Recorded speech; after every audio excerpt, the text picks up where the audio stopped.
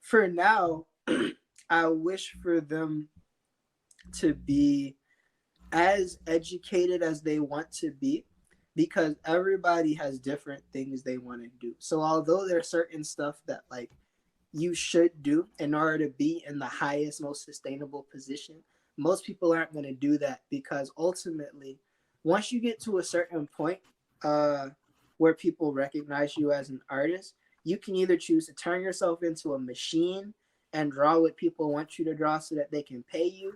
You can turn yourself into a business where you convince people that the stuff you have to offer that you want to make is valuable enough to be invested in.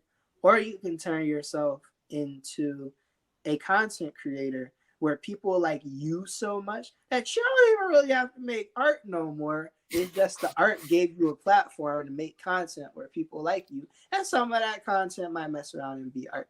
And I wish that artists were willing to equip themselves with the knowledge to be able to sustain themselves economically and creatively, and understand how to protect their intellectual property and make certain connections and collaborations in order to put themselves in a position to fuel the projects and the stuff they want to do. But I understand, working with the website and working with so many artists, that the level of work that's required to do that and the level of disassociation necessary to accomplish that is not something a lot of artists are willing to take on.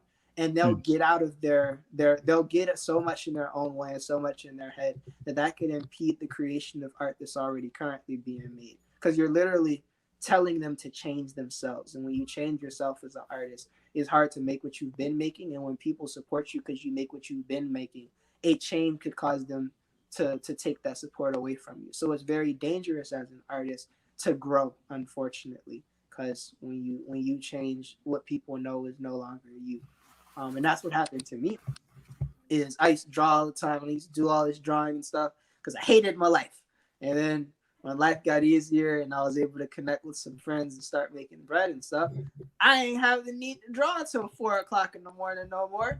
And I have the reason to post every day to affirm my identity.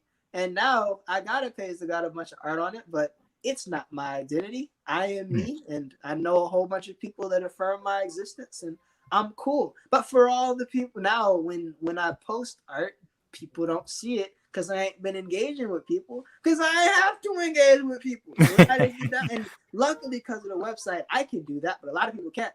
If certain people switched up their art style tomorrow, 80% of their audience is gone.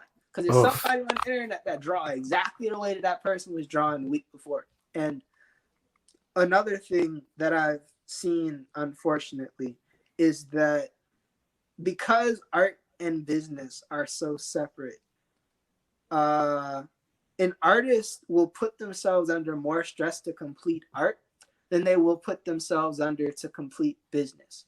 And the proceeds that come from creating the art, because there are some artists that make a lot of money, black artists, black nerd artists that I work with, but they spend a lot of money as well, because it's painful to create art and it's painful to live the life of an artist. And if there are pop figures or food or toys or media that decreases that pain, that soothes that pain, a lot of that bread gonna go. There are mad artists with crazy pop figure collections and Lego collections that exist in the world that are gonna drop thousands of dollars on toys that they couldn't have when they was younger. And it's not a bad thing, but I want artists to understand that if you learn how to invest in Facebook ads or merch or conventions or certain appearances in places, there's a lot of stuff that can be done. And unfortunately, even at the top of the mountain, that's not something that can be done,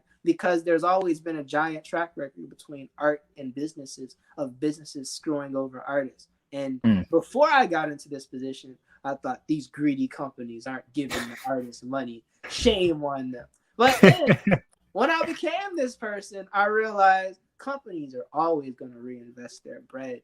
Artists are generally not going to reinvest their bread. Because the company is always investing, the company always have bread. Artists go broke every day. So I'm currently trying to figure out what the middle ground is